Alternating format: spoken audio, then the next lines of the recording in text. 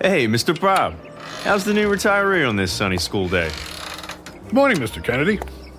Well, since I've retired from teaching, I find I spend a good bit of time in my rocker on this porch. But tell me, Zack, what are you teaching your students these days? Well, my class is wrapping up the French and Indian War right now, and I'm about to begin talking about how that influenced the American Revolution. But I'm a little sketchy on the actual series of events that led to the start of the Revolution. How did you teach that lesson, Mr. Bob? I don't remember. Well, Zack, the way I remember it...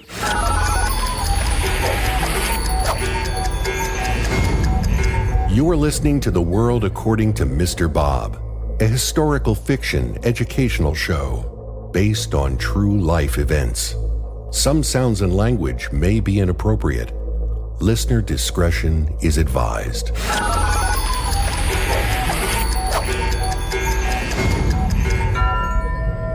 George Washington has called a meeting with other Freemasons and colonists at the New City Tavern at 2nd and Walnut Streets in Philadelphia. Washington wants to discuss how the king is insisting that the colonies pay for the French and Indian Wars.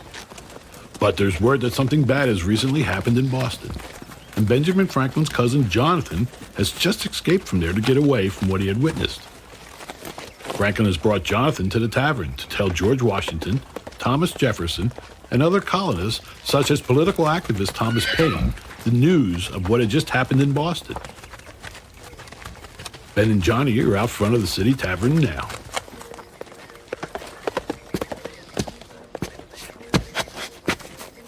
Johnny, now don't embarrass me. These gentlemen are my friends and very influential people here in Philly, so behave. Benji, relax, I got this. We'll just stop in for a pint, and I'll let all your friends in Philadelphia know exactly what I saw in Boston. And only what you saw. I know the way you get after too much to drink.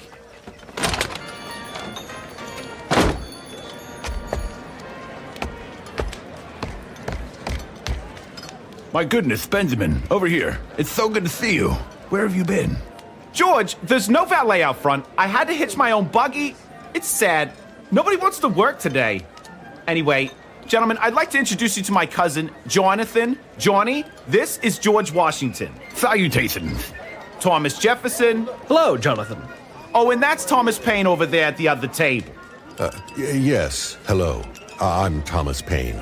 I heard my name. What are we drinking, boys? 1 second, dear. We just walked in and haven't looked at what's on tap. Okay, well, my name is Abigail. Just wave me down when you're ready or go see Ted the bartender. But be nice to him, please. He can be cranky when this place is this busy. Thanks, Abigail. We'll let you know. It's excellent to meet you, Jonathan. Say, where are you from? Hey, I'm from Boston, George. I rode a horse down to Philly because I was right there for the massacre. Do you gentlemen even know what happened in Boston recently? Have you heard what happened, Mr. Jefferson? Massacre? My word. What massacre do you speak of, Johnny? Hey, you guys drinking? Or just taking up space in my bar? Okay, bartender. Hey, my apologies, good bartender. Sir, my mouth tastes like the 300 miles I just rode. So please, a pint of spirits from me, and give my new friends here each a pint as well. Oh, and put it on Benji's dad. Hey, Johnny! What? I thought you said yous was buying. Gentlemen, can we get back to business? Johnny, tell us exactly what happened in Boston. Well, Mr. Jefferson, they just shot at us. You see, there was a bunch of us hanging out over at the customs house, and we noticed there was only one guy guarding the king's money inside. So we started giving him a hard time, throwing snowballs and stones. The next thing you know, this British guy, he tries to stab one of our boys with his bayonet. And that's when things really got wicked crazy. I mean, really out of control. Someone had run the fire bell, and then the street started to fill up with townsmen. It was like an angry mob that broke out. Well, back over at the customs house, Captain Preston of the British Army and 5 other redcoat soldiers took up position, armed and ready. So we all grabbed whatever we could and started hitting them with sticks, clubs, anything. Then, out of nowhere, someone yells, "Fire!" And then, boom! 5 guys fall dead on the street. Everyone freaked out and ran. True story. Wow, Johnny. Did you see John Hancock or Sam Adams in the crowd? Did they survive? I did, George. I did. When everyone started running away, Hancock and Adams were out on the street urging all of us to continue fighting. The whole place had just gotten way too wicked crazy for me. That's why I got out of town. Johnny could tell his story was upsetting to everyone listening. And after a sip, Ben Franklin tries to get to the root of the problem with a question directed to Thomas Paine. Thomas Paine, you've been there. How did you feel about the king's presence in Boston? Well, Benjamin, those British troops have been in Boston for so long now that we all started thinking that maybe them being there is all right. Well, it's not. They say it's custom to have the king's men walk our streets. Well, it's not. As my name is Thomas Paine, I say I need my independence to be happy. This is my country, my world, not the king's. It's just common sense that we should all live in a world where the only religion is just to do good and be kind to others. Oh, and not to turn over our hard-earned wages to a king thousands of miles away. There is no one in this tavern that loves our relationship with Great Britain more than I, Thomas Jefferson. But I'll be damned if I will pay for a war that we had nothing to do with. We must not let the king load us with his perpetual debt. Yeah, the king is not getting any more of my money. Not now, not ever. More drinks, boys? Waitress, another round, please. It's under Benjamin Franklin. Really? Johnny, again? Gentlemen, please. We are all, by common law, and certainly by the laws of God, free men. Yeah, right. I'll drink to that, Benji. Thanks, Johnny. Anyway, therefore, we are entitled to the free enjoyment of liberty. Everything that we own and have worked for is necessary and an essential part of this liberty and for conserving our rights as individuals. So you're saying, therefore, rebellion to these tyrants is synonymous with obedience to God. As long as I can breathe, I'll never give in to the demands of the king. We're fed up with all these taxes. All he does is take our money and give it to his cronies. I don't want them soldiers walking in my streets. And I'm sure as heck not gonna let them in my house. The king wants us to give his redcoats room and board in our homes at no cost. He is out of his mind. That's right. It was, Abigail, right? But men, listen. Our cause is the cause of all mankind. We are fighting for their liberty and defending our own. And Benjamin, we are also fighting for our basic freedom of speech. I'm tired of the king restricting my ideas. Hey! All this talking and nobody's drinking. You guys either order a pint or take this rebel rousing outside. I tried to tell you, boys. Hey, bartender. Another pint. Johnny, slow down. Please, everyone, this is just common sense. A long habit of not thinking something's wrong gives it an outward appearance of being right. People then begin to accept the wrong as simply being a defense of our customs. This is not right, and it cannot continue.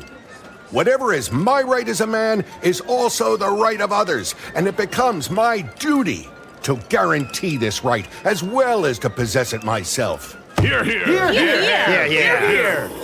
Well, Mr. Paine, common sense tells me that I can go wherever I want. And it don't make no sense that the king says I can't go west of the Appalachians. That's right. And as long as we are talking taxes and trade, then why are we still buying the king's tea with his extra tax? It's outrageous. We already buy directly from the East India Company. So what if their tea is green? I drink it. Unfortunately, and maybe news to you, Johnny, England owns the East India Company, so this forces us to do business with the king regardless. But we simply cannot and will not be an open wallet for his convenience. Good points, Thomas Jefferson. And I don't mind the green tea either. But we are in a time when our lordly masters in Great Britain will be satisfied with nothing less than depriving us of our American freedoms. It seems highly necessary that something should be done to avert this blow and maintain the liberty which we have inherited from our ancestors. But how do we do this, George? To answer that question effectually is the point. Well, Thomas, I hope that we as men will have reason enough and the good sense to settle our differences without cutting each other's throats. I believe that no man should have to question what is right or wrong, or even hesitate for a moment to use arms in defense of so valuable a blessing. But that's clearly just my opinion, as a general. The men paused to take a drink, noticing the tension is growing in the room. This discussion is generating a very serious realization of what the near future beholds. Yet taking up arms, I would also hope to be the last resort. Our complaints to the throne and our declarations of disapproval to Parliament have proven to be ineffective. But how far should we take this? Maybe we should try cutting off their trade completely, or just stop buying the king's tea with that ludicrous new tax. That would certainly get his attention. Yeah, George, I got it. We should just talk to them Sons of Liberty gang over at the harbor. Those guys rule the docks up there in Boston, and they're just crazy enough to do something that would really shake up the king. Please, I know just who to talk to. Now hold up, Johnny. Before anybody does anything they might regret, maybe I should go and talk with my friends in Paris first. That's right, Ben. I forgot how much you are admired in France. You are the only one of us colonists who could even think of gaining the support of the French military and their wealthiest citizens, the bourgeoisie. They find you fascinating. That's correct, Thomas. We could use their help both strategically and financially. Fantastic idea, Benjamin. What we also need now is to join forces with all of the colonies into one, united in defense of our land. I want to form a committee of correspondence across all the colonies. If our voice won't be heard in Britain, it must be heard here.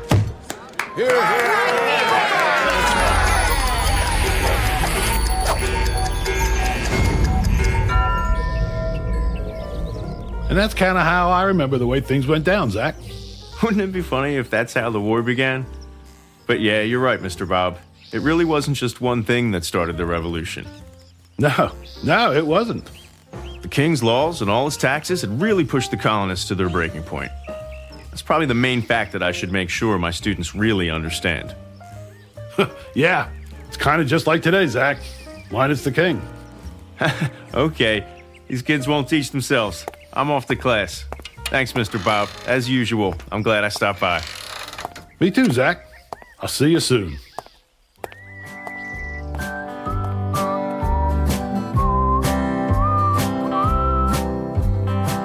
The World According to Mr. Bob is created, written, and produced by Bob Staniszewski and Adam Staniszewski, with associate producer Zack Kennedy. Recorded and mixed at Crooked Lane Sound in Cherry Hill, New Jersey by audio engineer and sound designer Adam Staniszewski. Episode number 1 of Season 1 is titled Tavern Talk. It features Alan Harris as Thomas Paine, and he also reads the disclaimer. Angelo Pinto portrays Thomas Jefferson, and Brett Slavin performs George Washington and Ben Franklin. Mr. Bob's graphics were designed by J.R. Farrell at Promotional Graphics, Doylestown, PA. The theme songs are provided by Silent Partner and Ease Jammy Jams. For a full list of character and musical credits, please check out our website, theworldaccordingtomrbob.com. And while you're on the internet, please follow our Facebook page for updates. Hit the like and subscribe button on our YouTube channel. If you want to advertise or sponsor the show, please email us at worldofmrbob@gmail.com. Or to support Mr. Bob, PayPal him at worldofmrbob.